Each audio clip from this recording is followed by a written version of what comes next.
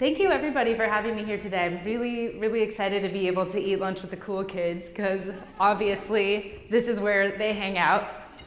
Today I want to talk about leaving in love, but on the flip side of that, in case you're not allowed to leave, which I've been informed by at least one person is the case, how to stay with enthusiasm. So, it's a double-sided coin, and both of those are just as equally viable options.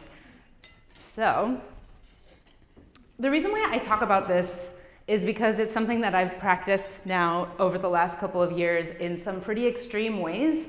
So I've left almost everything I ever did since about 2014. So it's just been thing after thing after thing. And I did some of them better than others. And sometimes it was a long time coming, and sometimes I, have gotten better at it. So I think it's an important thing for us to talk about and learn about as people, because we don't really leave well in our culture, in our society, and we don't really celebrate it either very much. But I think it is important, and it is a valuable tool for growth and healing. Have any of you guys ever left something that was important to you, like a job or a relationship or a community? Right, of course, good. So you're all experts on this too. Did you ever feel like you stayed too long? Okay, yeah, me too. Did you ever leave badly? Just a couple of you? I'm sorry that it's only a few, because I will say that I've had one or two epic quits in my life, one really good one, that I've definitely had no regrets about, and that I think was a really good story. But it is good if you can leave well. So ideally you can. So we all experience leaving. We always have to leave things. It's not like we ever just get somewhere in life and stay there forever and ever and ever and never change. And when I'm talking about leaving, I'm not just talking about going away from somewhere or quitting a job, though I am talking about that too. I'm also talking about leaving behind habits and leaving behind ways of being and leaving behind beliefs that no longer serve you or help you become the better person that you're meant to become all the time. I'm a chronic oversharer, I will let you know that, so I will probably tell you more details about my life than you actually want to know. But I'm gonna call it something else because I've decided I don't believe in oversharing anymore. I believe in vulnerability though, because vulnerability is actually something that's important. And when we can be vulnerable, when I can be vulnerable with you, it makes it safe for you to also be vulnerable. And when you're vulnerable, you make it safe for other people to do the same thing too. And when we are able to have our human experience as humans without having to put up a front or hide behind something, we make the whole world safer for everybody, bit by bit, person by person. When I think about vulnerability, I don't think about weakness or being afraid or being, shaking and covering in a corner or anything like that. I actually think about rising up and staring down danger or threat in the face and not withering. That's what I think vulnerability actually is letting yourself not shrink and letting yourself not put on armor. And if we want to leave in love, that's how we have to live, in a place of vulnerability. So I'll tell you my vulnerable story. I usually do a lot of how-to things. So, I'm doing, later even today, I'm doing how to talk about what you do to launch donors into action for nonprofit people. And that's easy, that's cool and fun, and I like teaching that. But I know that it works. So somebody can take that process and apply it and go do something with it. This is a little different because it's not just an easy step-by-step process that you can apply and magically leave everything really well. It is a step-by-step process. Let me rephrase this, but it's not easy. So it's still a process, but you have to figure it out in your own messy, weird way, because that's how leaving is, and that's how learning to stay enthusiastically is too. So when I first proposed this topic, I was asked, is this more business or is this more personal topic? And the answer is it's both, because they're integrated. The fact is that we can't move to the next place in business or mission or work or our quest for whatever we're doing in life without first becoming a better person again and again and again and again. So you reach a plateau and you're like, cool, all the recipe of my skills and my knowledge and my awesomeness and my natural charm and whatever else has brought me here, I've gotten to this place and I've reached this level of success. Hurrah! And then you get to a place where you're like, this isn't working. What's happening right now? You feel kind of crazy. Has that ever happened to any of you guys before? The last job I had, I was like cruising along. I'm like, woo, I keep promoting myself because I'm inventing new jobs for myself all the time. It's amazing. And it was great, it was great, it was great. And then I got to a point where I was like, this is the worst. What is happening right now? And a lot of it was because I was taking, you know, all the scrappiness and all the skills that I had learned and like not really letting some things go and just adding in new ones or like becoming a better person, but really just like, you know, kind of collect. I was like a little hermit crab or like whatever those ones are that collect shiny things and like put them in their little lair. I don't know what kind of animal that is, but I should learn because that would make a much better illustration in a talk. But so I think that kind of animal exists probably. Look it up, Google it. Not right now. So anyway, so but I was doing that. I was like collecting these experiences and kind of just going off my wits while I was also getting education and experience and so forth. But sometimes you do really get to this place where you're sort of hitting a ceiling and you're trying and you can't quite get past it. And so this is where we find ourselves when we're thinking and talking about leaving in love or staying with enthusiasm. When we choose to stay, we want to choose to stay wholeheartedly. When we choose to leave, we want to choose to leave because we're moving towards something.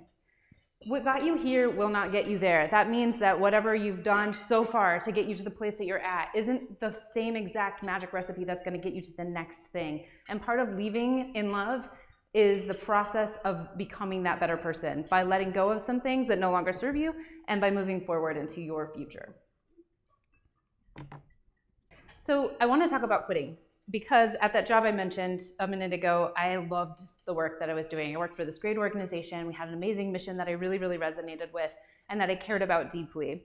But I got to this point where I had too much on my plate and I had a lot of stress and our culture was really kind of weird and I was in this death spiral of like workaholism to the point where I had no life outside of my work. I had a couple kids and went back to work about 5 seconds after I pushed them out of my body and took them with me, and it was really unpleasant for everyone involved. So, you know, but I did it. So I thought I had to because that was what I was like, I have to be tough. I just birthed a baby, but I could be there on Wednesday for a training, no problem. You know, like that's really great. Great modeling. So if you have a manager like that, give them a real pat on the back. And by pat on the back, I mean send them on vacation far away and don't let them have their email. So, but I used to, when I was in this time, things were really, really stressful. And so I had a bunch of direct reports and we'd have like one-on-one check-ins or sometimes team meetings. And I'm not kidding you, for at least 3 to 6 months of time, every time we had these meetings, all of us would cry. Like we would just sit in my office and cry a lot. I mean, we did things, we got work done while we were crying. Or like we'd go to get pancakes, do work, and then cry more. And it was really not necessarily like the best thing, but what was making us feel so trapped was that we all believed we could not quit. What does our culture tell us about quitting? What are some like phrases you can think of about quitting off the top of your head? Wait, raise your hand, I'll call on you. Yes. Quitting is failure. Boom. Yes. Quitters never prosper. Well, we want to prosper, right? What else? Yes. If you quit, what else are you going to do? Right, we have a fear of survival. Like, I can't leave this. What else am I supposed to do? Who else will have me? Yes, yes. Only losers quit. There's this crazy Mike Ditka quote that says, you're never a loser until you quit. I saw that on a church billboard one time, and I was like, oh, come on. But actually, that's not the whole quote. The whole quote is, you're never a loser until you quit trying. And that felt a lot better to me when I figured out that was actually the truth. But you're right. See, we have these negative messages about quitting, as if I quit, I am a quitter, right?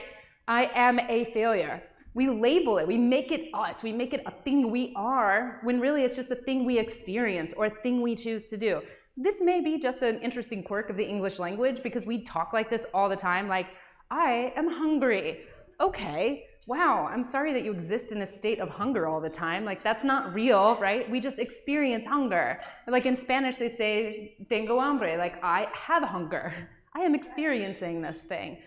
We don't do that here. We label it, we own it. So if you quit something, you're a quitter, you're a failure, you stop trying. Well, guess what? That's actually Baloney.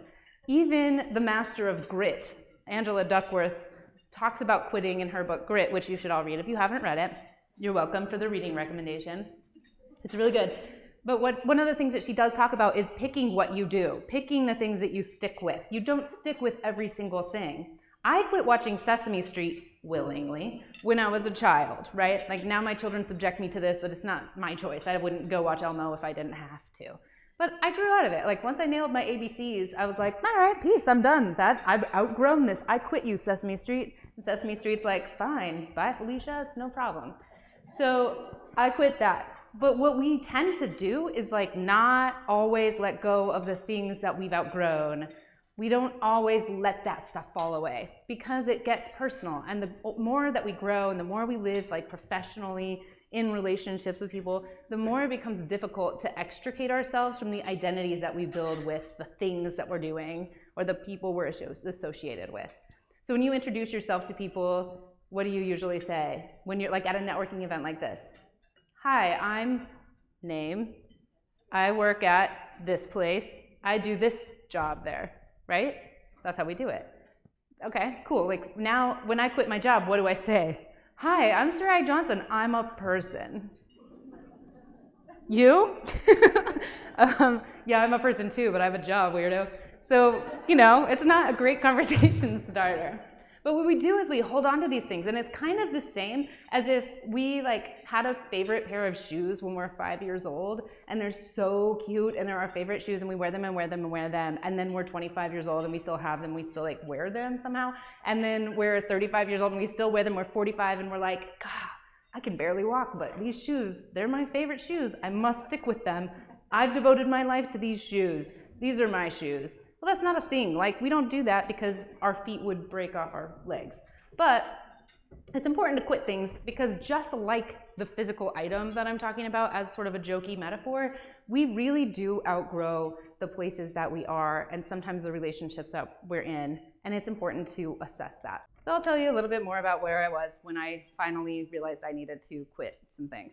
So I spent my whole life working really hard to be perfect and awesome. And I've never achieved it, so I tried though. So I got good grades, and I went to college like you're supposed to do, and I led youth groups in my church because I was super, super holy, and I was always a leader everywhere I went. I did every extracurricular activity you could do in college except sports because I was very bad at all of them. I got jobs, and I got more jobs, and sometimes I had 3 or 4 jobs, and I always worked really, really hard at all of those jobs, and then I finally got a grown-up job, and that was the thing that was to define me. And I was there for a while, and I loved it, and it was great. But I also allowed that to be my thing. And then, of course, there were more things, like my personal things. So eventually I got married, and I had some kids, and I breastfed those kids until they got teeth and started biting me, and I didn't like that. But that was the thing you have to do because that's the right way to be a mom. And I was a leader in my community. I was a worship leader in my church. I did all the things. I had this whole kingdom of amazing built up that made me feel like I was okay. I was the long-suffering wife in a relationship that truly sucked, from the beginning. Part of my colloquial language. It's just the way that I am. So forgive me. Think twice before you invite me back, I guess. So I did all those things because that's what you're supposed to do. But I got to this point where I realized that with all of this stuff around me and all the things that I was doing and all of the ways that I was trying to be perfect and better than I was, and better than everyone else preferably, but that was a high bar, I was killing myself. I was dying. All I did was work. And I am a lover of hyperbole. You may have already noticed this about me. Hyperbole is literally my favorite thing in the world, the whole universe. But I'm not using hyperbole when I say I was dying. I was sick. All I could do was work, and I had nothing left. Nothing left for myself. What I didn't understand was that the things that we do are not what defines us. Thank you. What we do is just a reflection of who we are, and it is not where we find our value and our worth. And that sometimes when something feels dangerous, like feeling like we're standing on the edge of a cliff, which I will talk about in a second, it's both scary and challenging, but also it can be liberating and freeing because we're able to make a choice.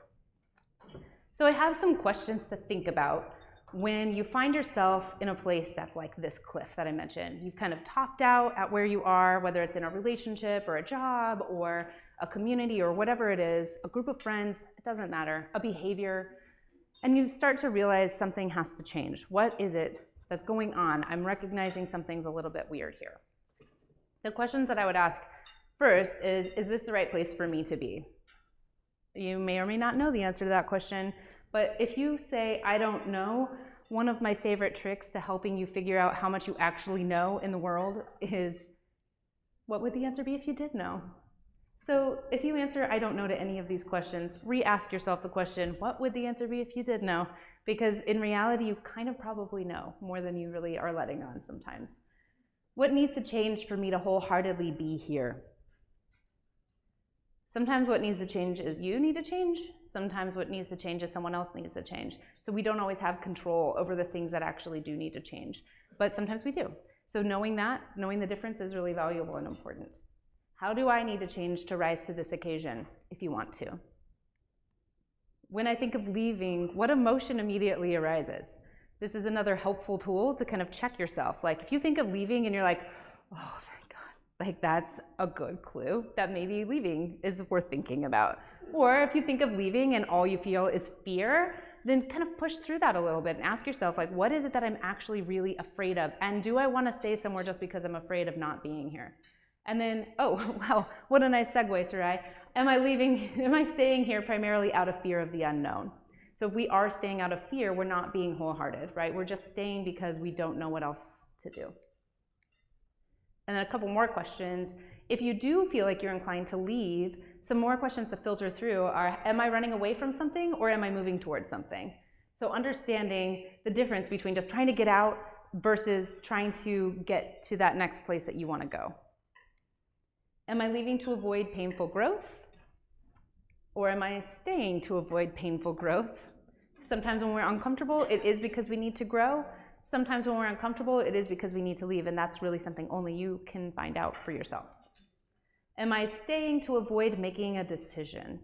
So when I talked about, like, I was doing all these things and I was at this job, and did you ever stay too long? People raise your hands, right? Sometimes we stay too long because we're just waiting for like someone else to make the decision for us, or just we pretend like we don't need to, but the fact is that a decision not to choose is still a decision.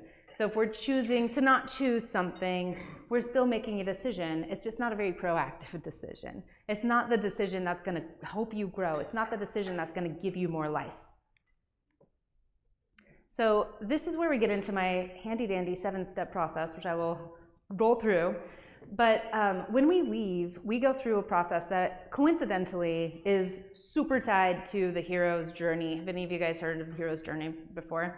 So like if you've ever seen any movie ever, it all follows this mythological pattern of the hero's journey. So think of Star Wars and like Luke Skywalker being the hero, and he goes through this whole thing and he's called to adventure, and then he declines, and then he goes, and then he defeats the bad guy, and then he's resurrected, like all this whole stuff, right? So this is the hero's journey, and you, my friends, are the hero. So your invitation to adventure is you're standing on the edge of this cliff, and the question is, do I need to stay or do I really need to leave? And if you choose to leave, then you actually have 3 choices. Stay small, so you stay here and you're like not really gonna grow. You'll rise to the occasion and grow and take the leap, or you'll let someone else decide for you. So when you have this next step, which is sometimes the adventure is staying, let me say this, you don't always have to leave. Sometimes you should leave. Done.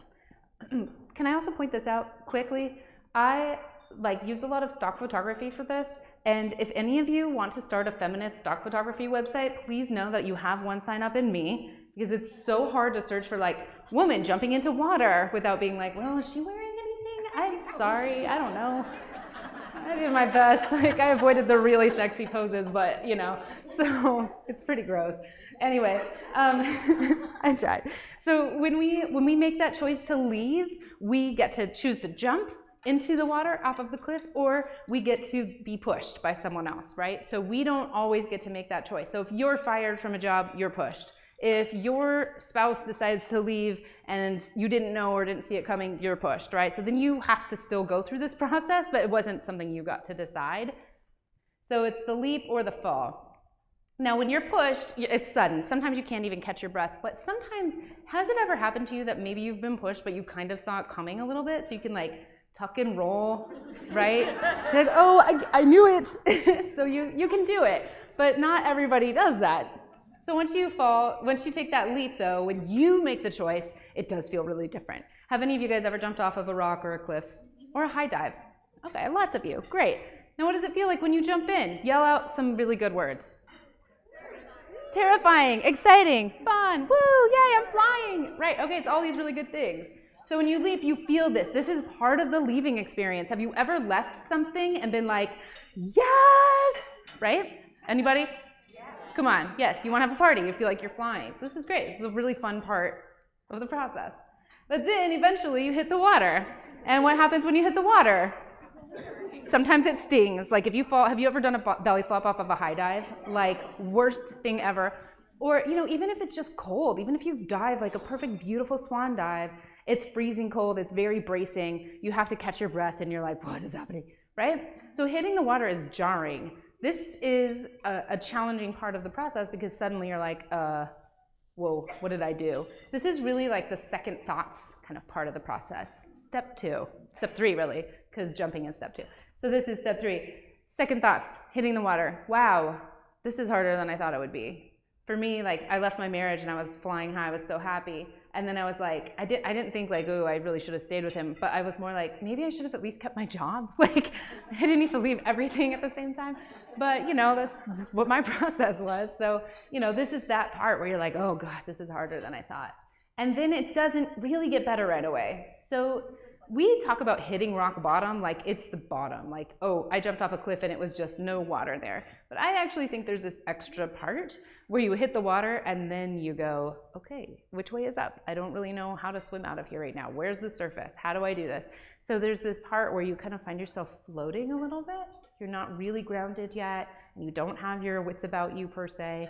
And this is the part where I think finding the bottom can be a really, really valuable place. And I'll say that to you that this to me is the secret of leaving in love. You give yourself the time to find the bottom. You give yourself the time and the permission to let everything else fall away from you. You let your job titles fall away from you. You sometimes let people fall away from you. You find that you can live with nothing and that you're still okay. You find that you can have no job and you're still okay. When I was finding the bottom, I was like, well, I'm not getting any jobs as a consultant right now because I'm not selling anything because all I can do is like get divorced and stuff. So I started doing temp jobs. I worked and did data entry for temp jobs and things like that. And to be honest, it was one of the most beautiful times in my entire life. I had no money. I couldn't buy gas. Sometimes people would show up at my house and be like, hey, I wanted to bring you some money and a giant cup of coffee. And I would just be like, thank you. Because part of finding the bottom too is letting yourself learn how to receive and letting yourself accept yourself no matter what your circumstances are. So finding the bottom is hard and challenging, but it's also really peaceful and beautiful. How to deal with finding the bottom? Receive. Learn to receive. Number one thing. Then you swim to the shore. You finally find the bottom, you kick off, you come to the surface, and you're like, oh, there it is, okay, and you start swimming. And it's still a long journey back. So it's not like, okay, yeah, I'm already done. You still have a ways to go, and you still are in the waves, and some things are still going to upset you and be hard, but this is still a place where you're finding your way back. And all you can do is just keep swimming. So just keep swimming. And then finally you get to the shore and you emerge, you splash out of the water, and you're like, I can breathe again. In the hero's journey, this is called the resurrection. This is when you come back to life and you come back to the world. This isn't the end of the story, it's just part of it. So you come back and you're in a new place and you're ready to roll and you've kind of found who you are and you get grounded again. You refocus your energy and you make sure that you're focusing on the right things. And then finally, step 7 is you hitch into town and start a new life. So I like to call it this because my favorite end of every movie is like when the hero is like driving off in a car, flying away in a plane, or on a bus somewhere else, because it's not like a real ending. And in real life, there are no endings. Like there are no real happy endings that just, oh, happily ever after. It's then you do another thing like that again. So this is gonna happen a bunch of times. So if we can learn how to leave in love and go through this kind of a process many times in our lives, we get better at it and better at it. We let it help us to become better people, and it hones us into these beautiful jewels of people. So I want you guys to think about, no matter what stage you're in, it is always possible to think about what does your new world look like? Where do you return to when you go through this process of leaving and of letting go of things that you think define you, or of things that you think you need to be safe? What does that world look like? Who's there? Who's not there? What are you doing? What are you not doing? And sometimes those what are you not doing, who's not there, are better questions to ask. So this is a J-curve, because I'm nerdy enough that I can't do a presentation without a graph, but I have made it fun. So in all disciplines, pretty much, there is something called a J-curve. This is like educational theory, economic theory. At the beginning, a change is made or an intervention is made. It's like high level. So this is the invitation. Something has happened. Oh, good. Then you have a lot of enthusiasm. This is the leap. Woo, awesome. Then you fall. There's a dip. Something is happening, and then you fall more. And you're like, oh, this is worse than I thought. But then you start to come up. So swimming to shore, right? You're like, oh, I'm back at the level of hitting the water. And then you go back up to like emerge and refresh. Yay, okay, I'm kind of back in a good place. And then you go up to the next one, which is like, here's my new amazing life. Woohoo. And look, you're that mysterious animal going on the curve. I don't know what it is, but it's a hipster animal of some kind. So then, here's the reality though. Your graph doesn't look like one J-curve. It looks like a million J-curves, one after the other, after the other, after the other. Maybe some of your plateaus are longer, but you're gonna go through this process a billion jillion times in your life if you're doing it right. So thinking about how to do this process is helpful, because as you're going through it, you can say, oh, I'm in this stage, this makes sense to me. Oh, I'm in that stage, this makes sense to me. And it can help you orient yourself to the process and allow it to do the work that it's intended to do. I would love to ask you for your help if you're willing. I'm writing a book about leaving in love, and it's based on this process, but I really need stories from people about leaving things, about any stage of leaving, about the question of should I leave, or the part where you hit the water, or the part where you're finding the bottom, whatever it is. I would love to hear from people who have a story to share or a set of stories to share, because I think that's what's going to make the book better and a lot more powerful for people. So please let me know if you have one, and I think you have my contact information in general anyway. And I also have a website called leaveinlove.com where you can go and enter your info.